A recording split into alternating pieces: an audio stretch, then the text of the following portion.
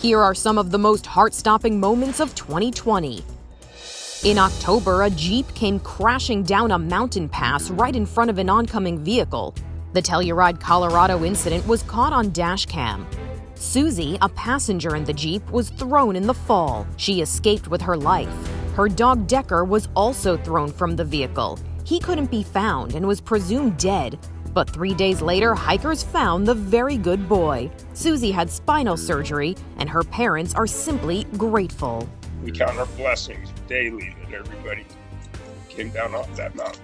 It really was remarkable that the falling debris, the rock fall, and the Jeep itself didn't injure more people. In February, a gymnastics coach became an instant hero. Watch as a 9-year-old competitor runs toward the vault and launches herself onto the springboard. She was off by a little and could have suffered a terrible fall. Coach Chad Busek came to the rescue. They spoke to Les Trent. Your reflexes were like unbelievable. Yeah, I spend a lot of time catching kids, so it's definitely not the first time he saved her, so yeah. It's terrifying. I instantly broke out into a sweat. There was another heart-stopping catch in July. 2 children were dropped from the window of a burning building. People gathered below to catch them. The terrifying incident happened in Grenoble, France. The kids, 3 and 10 years old, were taken to a hospital and treated for smoke inhalation. They were unharmed by the fall, though 2 Good Samaritans had to be treated for injuries they sustained while making the saves. In October, there was a frightening home invasion in Florida. A young mother opened her bedroom door and was met with gunfire. It started when a guest of the homeowners pulled into their driveway. 2 masked gunmen appeared out of nowhere and forced the driver inside. When the homeowner opened the door, the robbers ordered everyone to the floor at gunpoint.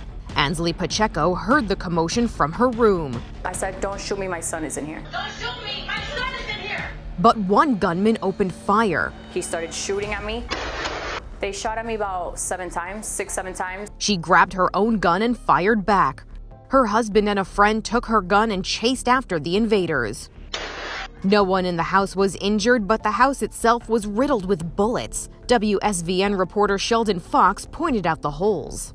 In the closet door, in the bathroom door, on the headboard of the bed, and on the television. They could have killed me. They could have killed my son. They were shooting right over his head. They didn't care. In September, a motorist in Florida had a potentially deadly exchange with another driver, as Les Trent reported. A motorist zips down a Florida highway while shooting through his windshield.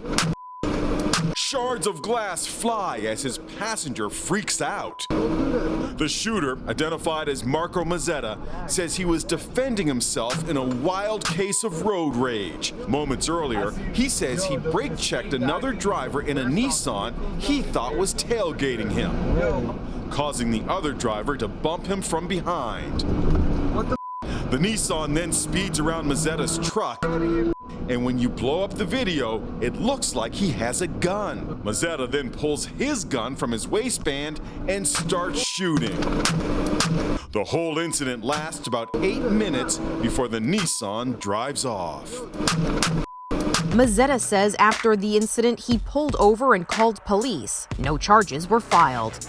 In August, a huge explosion hit the Lebanese city of Beirut. Effects of the blast were captured by a wedding photographer.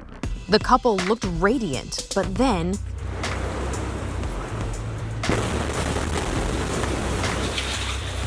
windows were shattered and dust and debris filled the air. The photographer reported that neither the couple nor anyone involved in the shoot was harmed. A similar scene played out at the same time in another part of the city. The wedding party rushed for cover, shaken but unhurt. Meanwhile, at a hospital in Beirut, a woman giving birth was shaken by the blast. Shortly afterward, baby George was born healthy. And no one was hurt in October when a bomb dating back to World War II exploded in a Polish waterway. The powerful blast sent a column of water into the sky and shook buildings and boats nearby. The Polish Navy had been using remote technology in an attempt to defuse the 19-foot device. Known as an earthquake bomb, It was armed with more than 5,000 pounds of explosives. And over the summer, a 16-year-old soccer player in Russia was struck by lightning. It happened on the field during a warm-up with his team. The moment was caught by surveillance camera. Young Ivan's coach performed first aid, and the teen was then taken to a hospital. But a few weeks later, he was back on the field and was able to show off a burn scar on his neck. He'd survived his own heart-stopping moment of 2020. This is Inside Edition Digital.